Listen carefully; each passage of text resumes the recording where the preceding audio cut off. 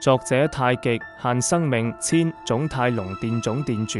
故事夢幻島千版0.1至第3代夢幻島創造神命運機創世經歷故事第48集。關於以前所有遊戲玩到最後是無獎品的，但可以和那些考試遊戲世界的管理神購買一些產品。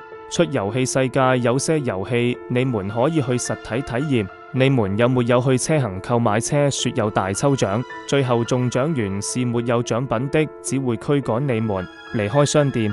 但如果你們是在車行買車，車行是會給你好的折扣價。如果你們玩舊版實體遊戲或考試遊戲，可能是沒有獎品的，你們可以直接和遊戲開發商購買遊戲的商品。當然你們要看清楚評測那些是沒有獎品，那時有獎品那是假的，那些只是希望多些人玩遊戲宣傳。